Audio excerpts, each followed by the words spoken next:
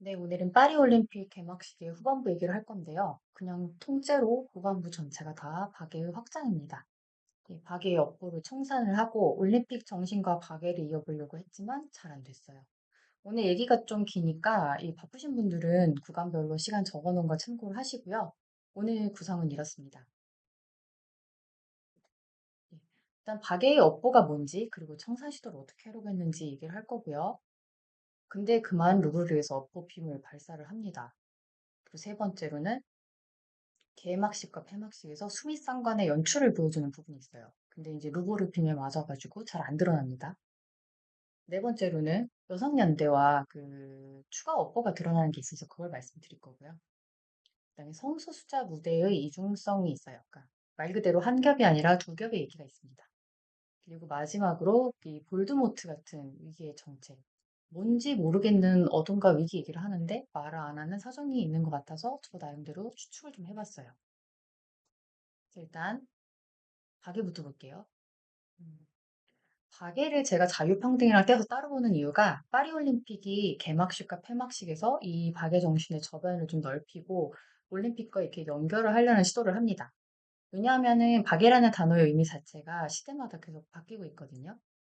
그래서 오막에 이 정신사나운 박애가 루브르부터 오르세까지 막 뛰어다니고 육막의 여성연대에서 프랑스 국가라 마르세이즈를 부르죠. 그리고 이제 7막의 스포츠 정신으로 들어가면은 프랑스 정원에서 옛날 체육복 입은 사람들이 브레이킹 댄스를 춥니다. 이게 파리 올림픽에서부터 정식 종목이 되었거든요.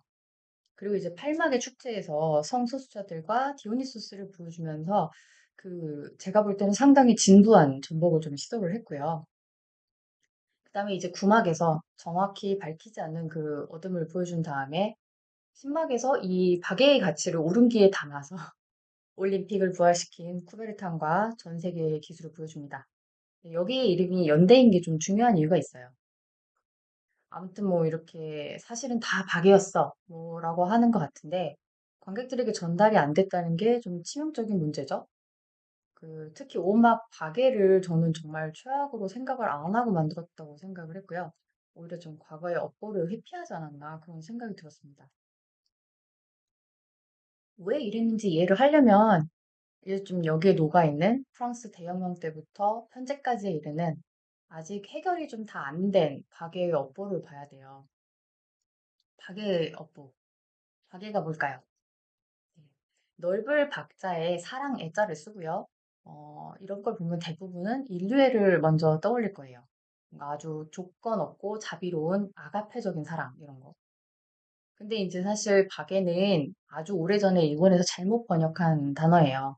이게 일제강점기에 우리나라에 들어와서 그대로 굳어졌고 일본에서는 이미 우애로 바꿔서 쓰고 있거든요. 그리고 박애보다는 우애가 원래 뜻에 가깝긴 해요. 왜냐하면 이 단어의 정체가 박애가 아니라 형제거든요. 네. 사회 만민이 내 형제요 뭐 이런 느낌이 좀 드는데 이것도 좀 악압해석인 해석 같지만 아니긴 합니다. 왜냐? 원래 이 슬로건 뒤에 1 플러스 1로 따라오는 말이 있어서 그래요. 이게 원본이에요.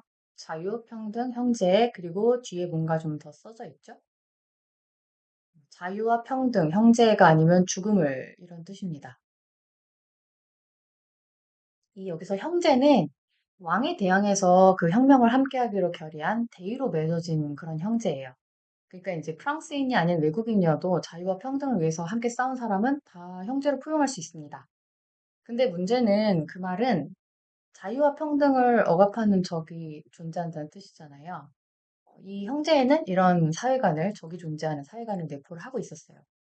그러니까 이제 복숭아 나무 아래서 형제가 되기로 맹세를 한 사람들끼리만 형제고, 맹세를 안 했으면 형제가 아닌 거예요.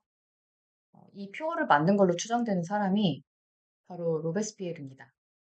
예, 공포 정치로 유명했던 혁명가고요. 당시 이제 혁명이라는 전례 없는 사건이 일어나면서 국내와 국외가 모두 심각하게 혼란해져요. 그러니까 이 사람이 전국을 안정시키려고 사람을 엄청 죽입니다. 원래 이렇게 몰아내려고 했던 왕가나 귀족뿐 아니라 의견이 다른 혁명가나 시민들도 고문을 하고요. 처형하고 학살을 합니다. 근데 이 공포 정치 기간이 딱 1년밖에 안 됐거든요. 뭐 1년 한 2개월 정도. 근데 그 짧은 기간에 죽은 사람이 거의 5만 명에 가까워요. 그럼 뭐 오래 가겠어요? 본인도 1년 만에 단두대에서 목이 잘립니다. 이 형제라는 단어가 원래 처음부터 맞서 싸워야 되는 적이 존재하는 설정이었잖아요. 그래서 5년 정도 지나서 이 공포 정치 시기에 가면은 형제라는 말이 더 무섭게 느껴졌어요. 네가 나와 같은 편이 되지 않는다면은 내 형제가 아니라면 넌 내 적이니까 죽어야 돼. 이런 느낌으로. 또 표어도 하필이면 이게 여기 형제가 아니면 죽음을 이렇게 써 있잖아요. 뒤에. 그래서 로베스피에르가 죽은 1795년부터는 형제 뒤에 이 죽은 부분을 이렇게 삭제합니다. 실제로 사람이 너무 많이 죽고 나니까 이 표어의 죽은 부분이 그때 당시 사람들이 보기에도 좀 섬찟했던 거예요.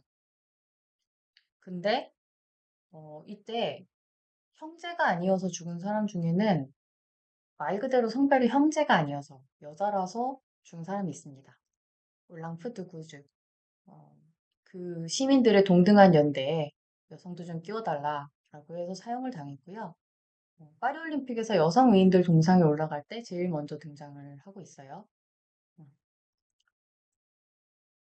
인권선언의 정식 이름이 인간과 시민의 권리선언이거든요. 근데 이제 이 인간과 시민에서 외국인, 백인 남성은 인간에 포함이 되는데 여성과 유색인종은 제외가 됩니다. 노예도 인간이 아니에요. 그래서 이제 2년 뒤에 올랑푸드 부주가 여성과 여성 시민의 권리 선언을 발표를 해요. 이 사람뿐 아니라 이제 이때 당시에 동등한 권리를 요구한 여성 단체들은 많았습니다.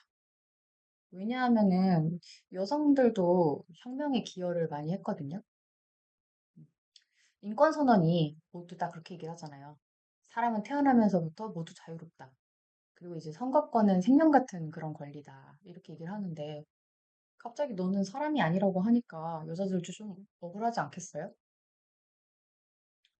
그래서 여자들도 이렇게 정치에 참여할 권리 요구를 하고요. 그 다음에 이제 조국을 위해 싸울 권리, 그러니까 군인이 될 권리도 요구를 하고, 이혼할 권리도 요구를 하고, 그냥 굉장히 다양하고 폭넓은 요구가 일어납니다. 그런데 올랑푸드 부주가 아까 처형당했다고 했잖아요. 음, 여성의 덕목을 망각한 죄로 단두대에서 목이 잘립니다. 네, 정치 참여를 요구한 게 명확한 이유로 네, 적혀 있고요. 이 사람 외에도 이때 당시에 많은 여성 혁명가랑 활동가들이 처형을 당하고 여성들의 단체 활동이 엄격하게 금지가 돼요. 나중에 가면은 뭐 여자는 5명 이상 모여있지 말아라 이러기도 하고요. 굉장히 의외죠. 프랑스가 제일 열려 있을 것 같았는데 실제로 프랑스는 다른 유럽 국가들이랑 비교를 할 때 여성 선거권이 유난히 늦게 생긴 국가예요. 1789년이 프랑스 대혁명이었는데 지금 1883년 뉴질랜드부터 시작해서 여성들이 선거권과 피선거권이 하나둘씩 생길 때 프랑스는 1944년에 법이 생기고요. 1946년에 선거권을 행사를 했어요. 그러니까 이제 우리나라랑 시기적으로 차이가 크지 않습니다. 우리는 1948년에 선거를 했거든요. 그러니까 이런 역사가 있다 보니까 20세기에 들어서는 이제 형제라는 단어가 좀 배타적으로 느껴져요. 그래서 자매라는 단어가 정치적으로 등장을 합니다. 네, 소외되었던 여성들이 자기들끼리라도 이렇게 좀 정체화를 하는 거예요. 이 5막의 박애랑 6막의 여성연대가 사실 프랑스어로는 각각 이 형제와 자매라고 되어 있거든요. 근데 형제라는 단어는 그냥 그대로 두고 자매를 추가해 주는 거잖아요. 프랑스가 이제 와서 뭐 표어를 자유평등, 형제, 자매 이렇게 고치고 뭐 삼새끼를 사새끼로 만들고 그럴 건 아니거든요. 그러면은 그냥 형제라는 단어를 고치면 더 편하지 않을까요? 당연히 프랑스에서도 여기에 대해서 논의가 계속 있었고 대안들이 나왔습니다. 이 둘이 가장 이야기가 많이 되는 후보고요. 특히 위에 거는 신막의 제목이죠. 연대, 솔리다리테가 있어요. 이게 사실 가장 적합도는 높습니다. 사회의 구성원들이 다양하면은 다 갈등이야 당연히 있겠지만 사회의 구조적인 모순을 해결하기 위해서는 그 갈등을 다 초월해가지고 협력한다는 그런 의미가 되니까요. 그 뭐 이제 자유평등 형제보다는 자유평등 연대가 좀 더 자연스럽고요. 그 다음에 이제 뭐 다른 후보로는 아델피테라고 그래가지고 이거는 이제 아들이랑 딸을 특정하지 않고 그냥 같은 부모님을 둔 자식이라는 말이거든요. 그래서 우리는 다 한 동기간이다. 이런 식으로 좀 더 따뜻하게 인간적으로 와닿는 느낌이 있고요. 성중립적인 단어라서 성소수자 진영도 아우를 수가 있습니다. 앞에서 그 이 형제라는 단어의 뜻이 바뀌는 걸 쭉 말씀드린 이유가 이거예요. 프랑스가 아직까지 형제라는 단어의 명칭을 바꾸진 않았는데 형제의 뜻은 이렇게 시대마다 조금씩 더 보강이 되고 변화가 되고 그래서 2019년을 기준으로는 이제 좀 더 강화된 기준이 이제 사회 일각에서 제시가 되고 있어요. 어떤 기준이냐? 우리가 되게 잘 알고 있는 건데 자유는 개인이 자유의지를 행사할 수 있는 권리잖아요. 그리고 평등은 이제 타인의 자유의지를 존중할 의무고요. 이 두 개를 섞어치기 한 게 이제 형제예요. 이 사회의 평등을 추구하지 않으면은 나의 자유도 인정을 받을 수가 없는 거예요. 네가 자유의지를 행사하고 싶어? 그러면 다른 사람의 자유의지를 존중해야만 해. 안 그러면 너는 자유를 행사할 자격이 없다. 뭐 이런 얘기예요. 의미는 굉장히 아름답죠? 근데 뭐 우리가 오막 박의 그 형제의 무대를 보면서 그런 느낌을 받았느냐 하면 전혀 아니거든요. 딱 열자마자 연대의식이 싹 사라지는데 이거 시작이 하필이면 이제 루브르 박물관으로 시작을 해요. 박예의 무대가 루브르로 시작을 합니다. 그림 속의 인물들이 막 그림에서 나와서 선수단 입장을 구경을 해요. 마치 개막식을 보러 나온 파리 시민들과 비슷하게 올림픽을 환영하는 것처럼. 이 물에는 왜 담가놨는지 모르겠지만 그, 그 순간 좀 약간 어이가 없어지는 거예요. 형제의 의미를 확장을 해서 얘기할 거면서 루브르를 등장을 시킨다? 그리고 미술관인 천만한다? 여기는 이집트와 서아시아에서 가져온 작물들이 엄청나게 있는 박물관이에요. 이집트의 하토르 신전의 그 천장도 루브르에 있습니다. 이 이집트 유물들을 프랑스로 싹싹 긁어 모아간 대표적인 인물이 있거든요. 바로 이 왼쪽에 나폴레옹이에요. 비욘세의 앱쉿 뮤직비디오고요. 루브르에 있는 나폴레옹 개관식 그림입니다. 이 나폴레옹의 대표적인 업보를 딱 세 개만 말하자면 일단 이 루브르의 다른 나라 작물들, 특히 이집트 유물이 있고요. 두 번째로는 노예가 있어요. 이 그림 앞에서 춤추는 흑인 여성들이 그걸 의미하죠. 식민지였던 IT가 독립을 했는데 IT를 다시 침공을 하고 나폴레옹이 노예제를 부활시키려고 했었습니다. 그리고 세 번째로는 여성과 관련돼서 나폴레옹 법전이 있어요. 이 법전이 여성의 지위를 혁명 이전보다도 더 심각하게 낮춰버립니다. 그 중에서 이제 작물 얘기만 해도 루브르가 이제 끊임없이 비판받아온 제국주의 여부가 있어요. 근데 이걸 전혀 고민하지 않았다는 느낌이고요. 아직 고민 중이면 일단 루브르를 안 보여주기라도 해야 되는데 전 세계에서 제일 잘 나가니까 이 박물관 자랑을 하고 싶었는지 미술관만 내보냅니다. 형제의 의미가 여기서부터 바로 퇴색이 돼요.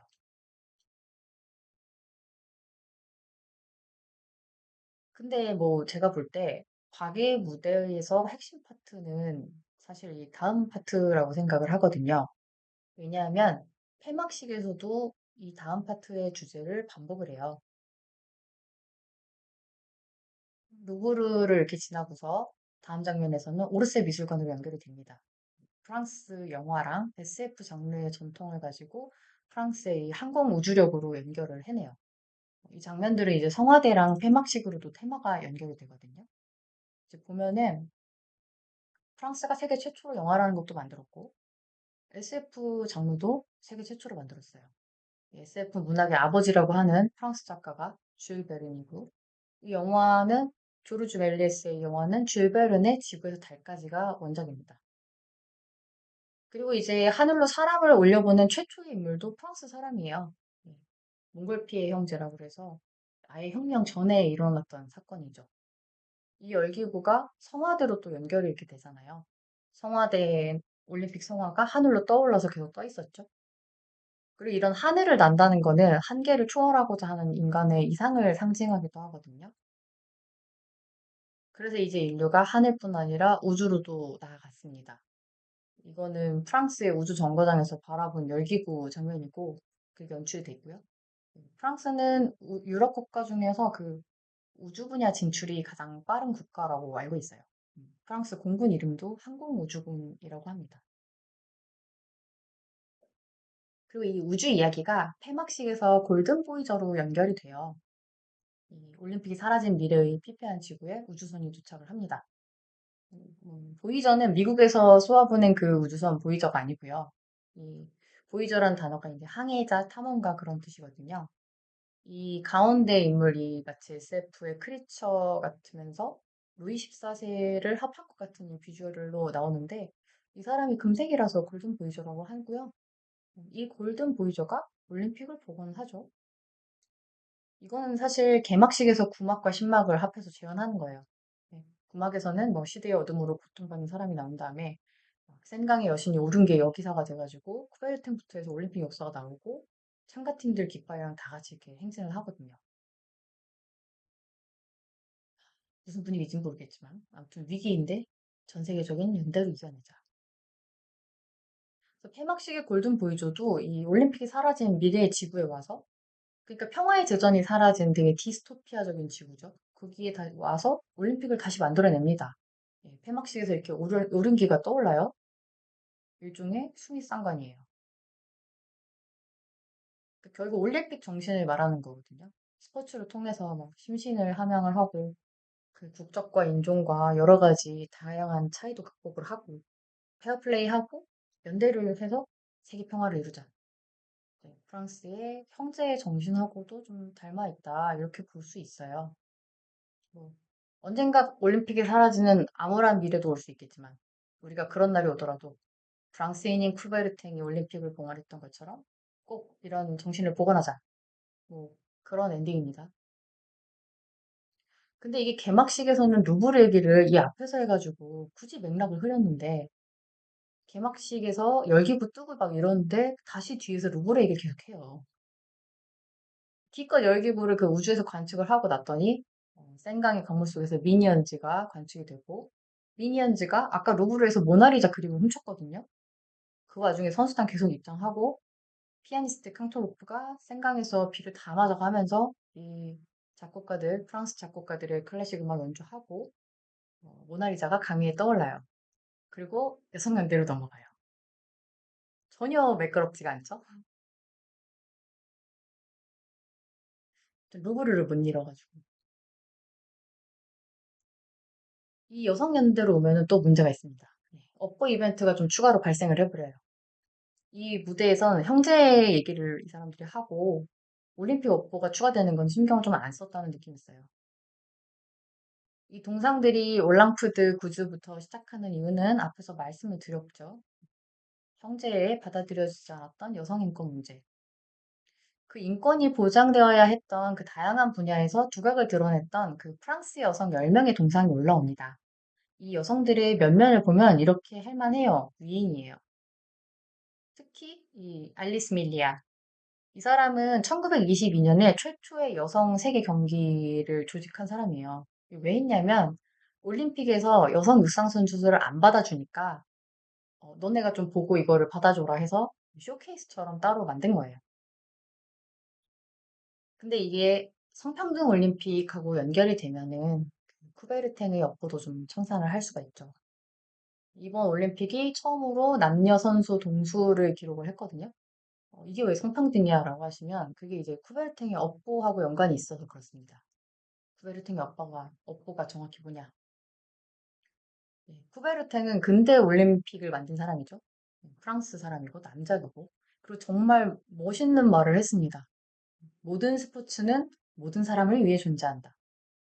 근데 그 앞서서 프랑스의 인권 선언에서도 인간과 시민이 백인 남성에 한정이 됐던 것처럼 여기 모든 사람도 네, 백인 남성이에요. 일단 쿠베르탱이 본인 회고록에 대놓고 적어놨어요. 인종마다 다른 가치를 지니고 있어. 백인 인종이 본질적으로 더 우월하니까 모든 다른 인종들이 백인 인종에게 충성을 맹세해야 돼. 이렇게 좀 적어놨고요. 그리고 쿠베르탱은 여성에 대해서도 같은 생각을 했습니다. 이렇게 여성 올림픽에는 실용적인 이유가 없다고 생각했어요. 왜냐면 여성은 스포츠를 하기에 너무 허약하니까. 쿠베르탱이 생각한 그 스포츠와 올림픽의 주체라는 거는 그때 당시에는 오로지 이 영웅 같은 고대 그리스의 영웅적인 면모를 갖춘 그런 남성의 것이었거든요. 신체가 건강한 장애도 없고. 근데 여성이 올림픽에서 스포츠를 한다? 이거는 말이 안 되는 거예요. 뭐 부적절하고 어색한 그런 거죠. 그리고 이 시대가 빅토리아 시대거든요. 여성이 정신적으로든 육체적으로든 남성과 동등한 존재로 전혀 인정받지를 못한 시대입니다. 그러니까 이 유럽의 지적인 백인 남성 입장에서는 뭐 여성이 스포츠를 해? 이거는 이 스포츠의 신성한 가치를 떨어뜨리는 일이고 여성으로서는 여성의 본분을 벗어난 일인 거예요. 그래서 올림픽 1회 때는 여성이 참가를 못했습니다. 하지만 이 올림픽이 처음 열린 1896년이 보시면 여성 참정권 운동의 시동이 막 걸리는 시기였어요. 1903년부터 이제 좀 본격적으로 유명한 인물들이 나오거든요. 그래서 2회인 1900년 파리 올림픽부터는 여성들도 올림픽에 참석을 하나씩은 하게 됩니다. 근데 이미 남성들이 하고 있는 종목이 여성들에게도 허가가 되는 건 이렇게 느렸어요. 뭐 많은 종목들이 추가가 됐지만 몇 개만 일부러 좀 추려봤거든요. 여성 마라톤 같은 경우 보시면 여기 남성 마라톤보다 88년이나 늦게 생기고 축구는 96년이나 늦게 생기고 복싱은 108년 늦게 생겼죠. 이럴 거면은 이제 이 6막의 여성연대랑 이 7막 스포츠 정신하고 10막 연대를 좀 통합을 해서 성평등 올림픽을 향해서 가는 프로그램을 보여주던가. 음, 제가 이제 쿠베르탱 이제 나오지 말라는 얘기는 아니에요. 올림픽 역사가 128년이나 되는데 그냥 쿠베르탱도 당연하게 좀 나오고 그 긴 역사 중에 올림픽 정신이 훼손되기도 하고 올림픽이 못 열린 때도 많고 그래요. 그러면서 또 발전도 하고 그런 역사를 이제 뭐 아테네 올림픽처럼 퍼레이드든 뭐든 해서 조금 더 친절하게 보여줄 수 있었거든요. 근데 그거를 안 하고 알리스 밀리아가 나오면은 이 사람이 뭘 했는지는 잘 알지 못하는 상태로 그냥 이렇게 휙 지나가게 됩니다. 왜냐하면은 동상 하나 올라가고 있는데 계속 선수단이 또 지나가고 있어서 집중이 안 되잖아요. 그리고 이제 그 여성연대에서 애국가를 프랑스 애국가인 라마르세이즈를 부르고 있는 이 장소도 형제의 그 수많은 업보 중에 하나를 또 청산할 수 있는 장소예요. 그랑팔레인데 여기는 프랑스 대혁명 100주년을 기념해서 열린 만국박람회의 가장 핵심적인 장소였어요. 그 만국박람회가 또 하나 기록이 있습니다. 그 프랑스 역사상 최초로 식민지 주거 양식하고 원주민 전시회가 열렸어요. 살아있는 원주민들이 그 집 앞에 이제 앉아 있고 막 이랬죠. 이 원주민 전시회는 에펠탑 근처에서 열렸는데 그랑팔레는 어쨌든 당시에 파리 만국 박람회의 상징이었어요. 이렇게 다양한 인종으로 구성된 여성 합창단이 물론 아시아는 정말 한 번 나오고 말지만 그랑팔레에서 노래를 부르는 가운데 프랑스 여성들의 동상이 이게 올라오는 무대 이거 하는 건 너무 좋은데 이게 올림픽 개막식이니까 올림픽과도 연결이 되는 전개가 따라왔어야 했어가지고 개인적으로 그게 좀 아쉽다는 생각이 들었고요. 저는 이 무대가 그 프랑스의 7월 14일 프랑스 대혁명 기념일이거나 아니면 뭐 3월 8일 국제 여성의 날 행사였으면은 보면서 진짜 감탄하고 부러워했을 것 같아요. 좀 올림픽이랑 연결이 잘 안 된다는 게 좀 아쉬웠을 뿐이지. 근데 뭐 그거는 그냥 이 개막식의 모든 고질적인 문제입니다. 그리고 이제 논란의 정점을 찍은 8막 축제 무대입니다. 네. 드랙 아티스트들이 등장을 하고요. 파리의 신진 디자이너들의 패션쇼가 펼쳐지는데 왜 논란이 되었나? 그리고 왜 드랙인가?를 좀 차분하게 얘기를 해보자고요. 여기서 그 레오나르도 다빈치 그림 최후의 만찬을 패러디해서 특정 종교를 조롱했다. 이런 논란이 있었습니다. 개막식 측은 이제 다른 그림이다. 이렇게 해명을 했어요. 네덜란드 황금 시대의 그 화가 얀 반 비엘러트의 신들의 향연이다. 이렇게 했는데 뭐 오른쪽에서 보시는 것처럼 이 그림은 디오니소스가 이렇게 앞에 누워있기까지 하거든요. 그러니까 이 그림이라는 말이 맞습니다. 근데 사실은 이 그림도 화가가 최후의 만찬을 변형해서 그린 그림이에요. 구도는 그대로 차용을 하고요. 종교적인 내용만 이제 그리스도교 내용에서 이제 이교인 그리스 다신교의 내용으로 이렇게 바꾼 거죠. 근데 여기서 중요한 거는 이 가운데 인물입니다. 예수 대신에 이 가운데 그려진 인물이 태양의 신 아폴론이고요. 페르시아에서는 미트라로 불러요. 왜 페르시아 얘기를 하느냐? 미트라 신앙이 로마 제국에 좀 널리 퍼지게 됩니다. 그러면서 겨울에 이 신을 기리는 축제를 열었어요. 겨울에 태양신을 기리는 축제? 들어본 것 같다. 네. 미트라 축제는 크리스마스의 원본입니다. 이거는 제가 크리스마스 광인이어가지고 겨울에 따로 자세히 할 건데, 아무튼 뭐, 가톨릭이 로마 국교가 되면서 이 겨울에 열리던 태양신 축제인 미트라 마스가 크리스마스로 대체가 되죠. 따란 하고. 이 원래 북반구의 다양한 문화권에서는 항상 이 동지 시기쯤에 그냥 불 밝히고 뭐 달고 기름진 맛있는 거 먹는 축제 다 합니다. 아무튼 뭐 이 그림은 그러니까 이제 미트라, 그리스도, 다시 미트라 이렇게 전복되는 역사가 담겨 있는 거예요. 제작진도 아마 알고 썼을 거고요. 그래서 그 복선 같이 노렸을 거예요. 그러니까 뭐 종교계에서 좀 항의가 들어오니까 이렇게 이 제작진들의 변명을 듣고 아 제작진이 다른 그림이라잖아 이 병신도들아 하고 이렇게 막 비웃는 분들도 있었는데 아폴론이나 디오니소스를 다룬 그림들도 많고 그 그림들도 다 다른 구도가 많아요. 그냥 콕 집어가지고 최후의 만찬이랑 구도가 똑같은 걸 써가지고 전복의 의도를 가지고 쓴 거는 맞습니다. 보시면 모를 수가 없죠? 네. 또 그런 의견도 있었어요. 아이 뭐 최후의 만찬 그림일 뿐인데 뭐 그렇게까지 과잉 반응하냐. 근데 뭐 이 애초에 이 그림이 그냥 뭐 개인이 자기가 소장하려고 그린 게 아니라 교회 건물에 쓸 용도로 그려진 종교화였잖아요. 그뭐 불교의 불화든 뭐 크리스트교의 뭐 종교화든 어쨌든 종교화를 전복의 용도로 쓰면은 당연히 종교계에서는 논란이 되겠죠? 그래서 항의가 들어왔습니다.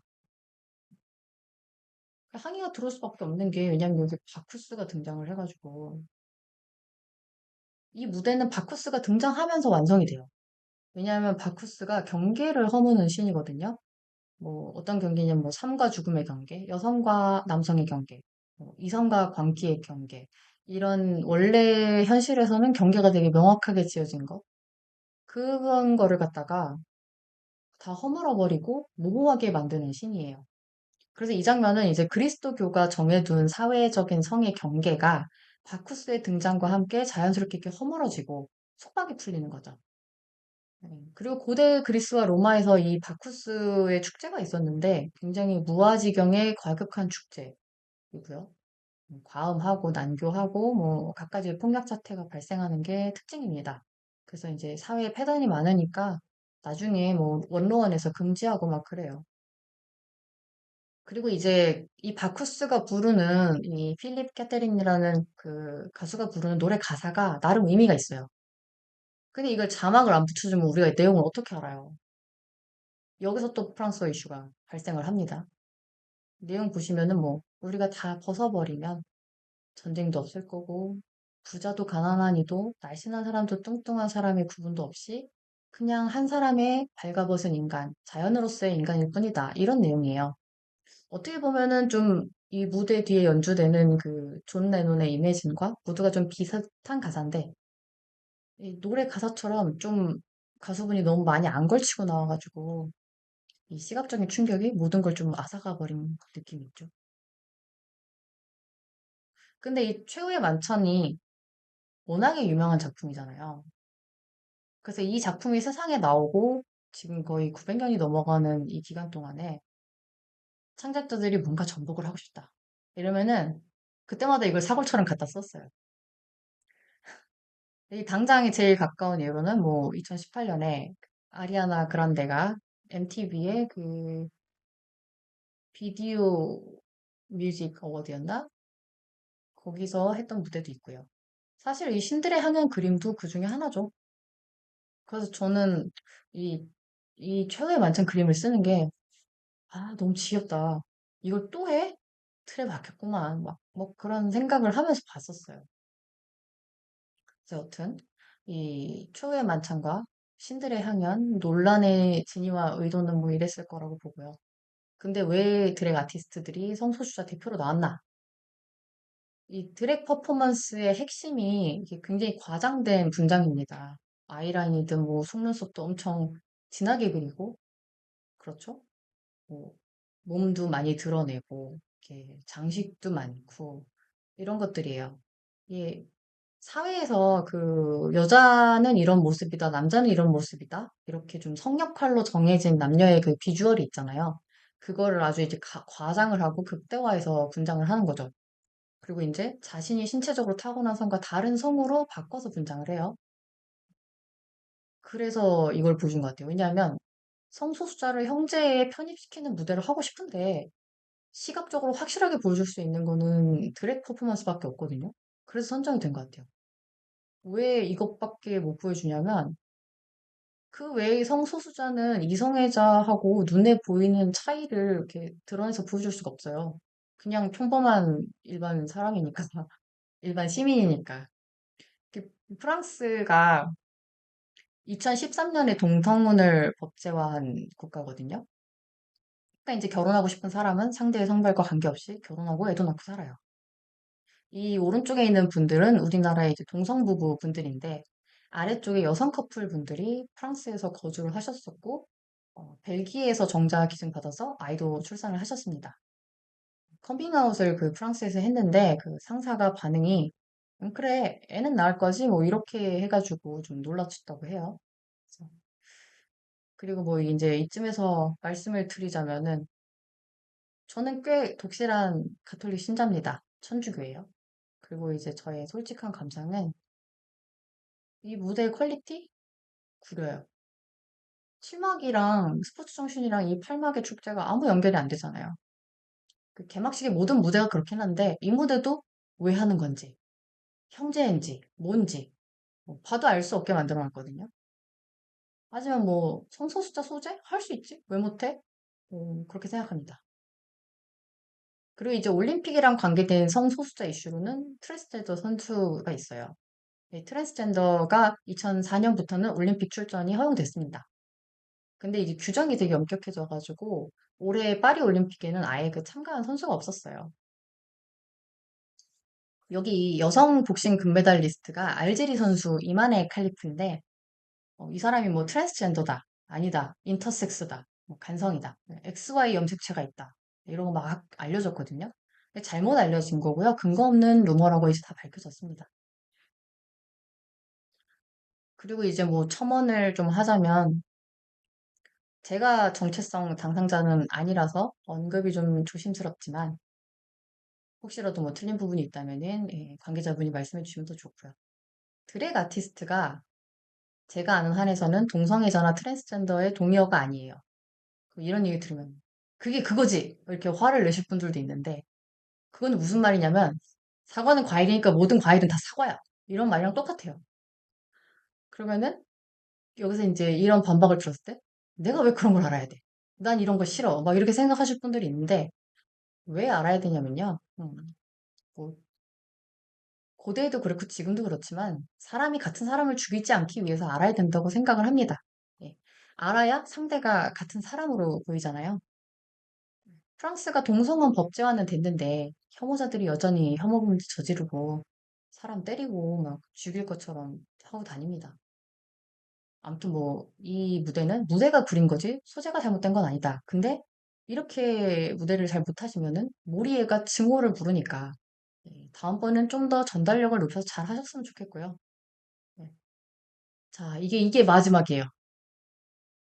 볼드모트처럼 이름을 붙일 수 없는 어둠과 위기. 갑자기 드랙 퍼포먼스가 끝나고 나니까 인류의 어둠이 왔다. 위기가 왔다. 그러면서 연대를 이겨내자 막 이런 얘기를 해요. 그게 9막과 10막입니다. 아무튼 지구의 위기는 오는데 이게 뭐 전쟁인지 뭐 기후위기인지 사회적인 갈등인지 뭐 정확하게 얘기는 안 해요. 그 분위기는 모르겠고 그냥 위기야.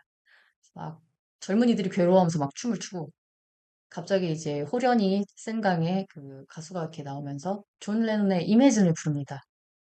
그러더니 갑자기 피아노에 불이 나요. 아니 피아노에 불을 왜 지르지? 그리고 2012년에 영국 런던 올림픽에서 이미 존 레논이랑 이미지를 더 큰 규모로 보여줬단 말이에요. 근데 바로 옆 나라에서 이걸 또 한다고? 네. 안 그래도 프랑스는 문화적으로 항상 영국과 이렇게 비교 대상이거든요. 근데 이 무대는 오리지널리티도 뭐 의미도 연출도 다 영국 런던 올림픽 버전을 따라주질 못하고 있어요. 왜냐면요. 가사가 이렇단 말이에요. 막 천국도 지옥도 나라도 종교도 없는 이런 평화로운 세상 상상해보자. 아니 뭐 정체를 모르는 위기인데 지금 이매진을 부르면 그게 자동으로 해결이 되나? 사실 프랑스가 전쟁 반대 얘기는 못할 것 같았어요. 괜히 뭐 러시아나 이스라엘을 자극하고 싶지 않을 수 있죠. 근데 그래도 기후 위기 얘기는 하지 않을까 했거든요. 왜냐하면 파리 올림픽이 먼저 탄소 중립하겠다고 선언을 했단 말이에요. 선수촌에 버스도 안 놓고, 아니 선수촌에 버스래. 선수촌이랑 그 버스에 에어컨도 안 놓고, 선수단 식사도 이번에 다 강제로 다 채식으로 통일했죠. 골판지 침대 쓰고. 그래서 이제 경제력에 있는 국가 선수들은 이 더위를 견딜 수 없으니까 탈주를 해서 에어컨이 있는 버스랑 숙소를 따로 다 잡았고요. 식단도 공수를 했어요, 자국에서. 우리나라도 그랬지만. 그러니까 이런 문제는 경제력이 없는 국가 선수들만 이걸 고스란히 감당을 해야 했던 거예요. 그래서 이제 생각을 해봤죠. 아, 이거 왜 안 했지? 이거 2016년 브라질 리우 올림픽 때문에 안 했나? 왜냐하면 브라질에서 했던 리우 올림픽이 테마가 기후 위기였고 아마존 같은 이런 열대우림이 지구 온난화를 막는 데 큰 역할을 한다. 지금 굉장히 심각한 상태다. 이런 경고를 했거든요. 그래서 안 했나? 저는 솔직히 프랑스가 국제 정치에서 불리할까 봐 그냥 뭉뚱그렸다는 인상을 받았어요. 이거는 뭐 저만의 생각입니다. 왜냐면 탄소 절감을 지금 대놓고 말하면 프랑스는 에너지랑 국방비 정책에 태클이 제대로 걸릴 수가 있어요. 그 어려운 얘기 짧게 세 줄 요약을 하면 이제 러시아 우크라이나 전쟁 때문에 유럽이 러시아에 의존하던 가스 난방을 못하게 된단 말이에요. 그러니까 에너지를 정책을 바꿔야 돼요. 여기서 독일은 재생에너지 분야를 더 확대하는데 프랑스는 반대로 자국의 원전 산업을 보호하는 방향으로 갑니다. 그리고 EU에서는 지금 이산화탄소 배출을 2030년까지, 그러니까 6년 남았죠? 2030년까지 지금보다 55%를 줄이는 게 목표인데 프랑스는 51%라서 이 목표치에 미달이에요. 그래서 지금 여기에 대해서 계속 말이 나오고 있어요. 그리고 이제 국방비. 원래 군사 부문이 석유를 먹는 하마입니다. 그래서 탄소 배출 엄청 하고요. 그리고 이게 안보 문제다 보니까 탄소 배출량이 정확히 얼마나 되는지 추적도 제대로 할 수가 없어요. 누가 그걸 오픈하겠어요. 이거 가지고 역추적을 하면 어떡하려고. 그런데 프랑스는 이 국방비를 지금 계속 늘리고 있고요. 징병제로 전환하겠다는 얘기도 하고 있어요. 만약에 올해 미국 대선에서 트럼프가 당선이 된다면 지금 나토도 그렇고 좀 프랑스뿐 아니라 유럽 국가들이 좀 더 군비를 늘려야 돼요. 미국에 의존할 수 없기 때문에. 그러니까 사실 산소 절감이 어려운 상황인데 이거를 개막식에서 대놓고 얘기를 하면은 프랑스한테는 사실 정치적으로 자승자박이 될 수도 있으니까 안 한 게 아닐까? 그런 의심이 드는 거예요.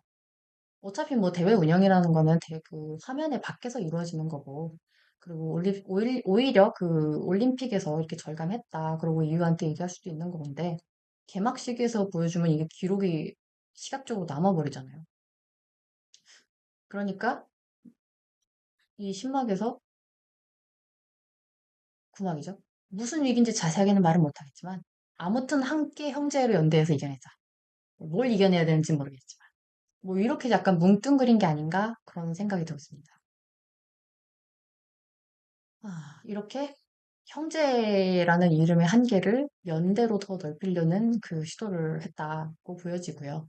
그 과정에서 이제 형제의 자매를 포함시키고 스포츠 정신도 포함시키고 성소수자도 다 포용하고 시대의 위기 앞에서 뭉칠 수 있는 그런 연대를 하자.